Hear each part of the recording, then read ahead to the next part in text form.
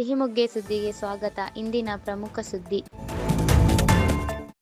ಸಕ್ಕರೆಬೈಲಿನಲ್ಲಿ ಈಗ ದಸರಾ ಅಂಬಾರಿ ಜೊತೆಯಲ್ಲಿ ಬಂದಂಥ ಆನೆಗಳ ಸಮಸ್ಯೆಯನ್ನು ಈಗಾಗಲೇ ನಾವು ಕರ್ನಾಟಕ ರಕ್ಷಣಾ ವೇದಿಕೆ ಸಿಂಹಸೇನೆ ವತಿಯಿಂದ ಹೋರಾಟಗಳ ಮೂಲಕ ಮಾನ್ಯ ರಾಜ್ಯ ಸರ್ಕಾರದ ಅರಣ್ಯ ಸಚಿವರಿಗೂ ಮತ್ತು ಮುಖ್ಯಮಂತ್ರಿಗಳಿಗೆ ಮನವಿಯನ್ನು ಕಳಿಸಿದ್ದೀವಿ.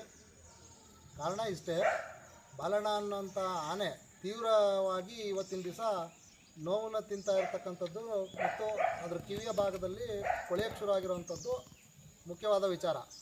ನಮಗೆ ಇವತ್ತೊಂದು ಮಾಹಿತಿ ಇತ್ತು, ಬೆಂಗಳೂರಿನಿಂದ ಉನ್ನತ ಅಧಿಕಾರಿಗಳು ಸ್ಥಳ ಪರಿಶೀಲನೆ ಬಂದು ಆನೆಯನ್ನು ಮತ್ತು ಇಲ್ಲಿನ ಅಧಿಕಾರಿಗಳ ಕಾರ್ಯವೈಖರಿಯನ್ನು ವೀಕ್ಷಣೆ ಮಾಡ್ತಾರೆ ಮತ್ತು ಒಂದು ವೈದ್ಯಕೀಯ ತಂಡ ಕೂಡ ಅದ್ರ ಜೊತೆಯಲ್ಲಿ ಬರ್ತದೆ ಅಂತಕ್ಕಂಥದ್ದು ಒಂದು ಮಾಹಿತಿ ಇತ್ತು. ಹಾಗಾಗಿ ನಾವು ಇವತ್ತಿನ ದಿವಸ ಬೆಳಗ್ಗೆ 8:15 ಈಗ ಮಧ್ಯಾಹ್ನ 2 ಗಂಟೆ ಆಗ್ತಾಯಿದೆ, ಇಲ್ಲಿಯವರೆಗೂ ತಾಳ್ಮೆಯಿಂದ ಕಾದು ಈಗ ಶಿವಮೊಗ್ಗ ನಗರದ ಮುಖ್ಯ ಅಧಿಕಾರಿಗಳು ಬಂದು ಅವರು ಸಂಜಾಯಿಸಿ ಕೊಡ್ತಾರೆ. ಬೆಂಗಳೂರಿಂದ ಕೇವಲ ವೈದ್ಯ ತಂಡ ಬರ್ತಾಯಿದೆ. ವೈದ್ಯಕೀಯ ತಂಡಕ್ಕೆ ಯಾವುದೇ ರೀತಿಯಲ್ಲೂ ನಾವು ಸಮಸ್ಯೆ ಮಾಡೋದು ಬೇಡ, ದಯವಿಟ್ಟು ಸಹಕರಿಸಿ.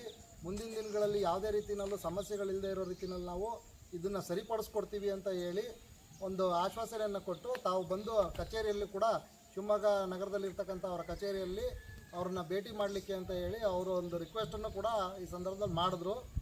ಆದರೂ ಕೂಡ ನಾವು ಅವರಿಗೆ ಗಮನ ಸೆಳೆಯೋ ರೀತಿಯಲ್ಲಿ ಹೇಳಿದ್ದೀವಿ. ಇದು ತತ್ಕ್ಷಣದಲ್ಲೇ ಈ ರೀತಿ ಏನು ಸಮಸ್ಯೆ ಆಗಿದೆಯೋ ಒಬ್ಬ ವೈದ್ಯಾಧಿಕಾರಿಯನ್ನು ಪರ್ಮನೆಂಟಾಗಿ ನೇಮಕಾತಿ ಮಾಡೋದ್ರ ಬಗ್ಗೆ ರಾಜ್ಯ ಸರ್ಕಾರಕ್ಕೂ ನಾವು ಬರೆದಾಕಿದ್ದೀವಿ, ಅದನ್ನು ಗಮನ ಹರಿಸ್ಬೇಕು ಅಂತೇಳಿ.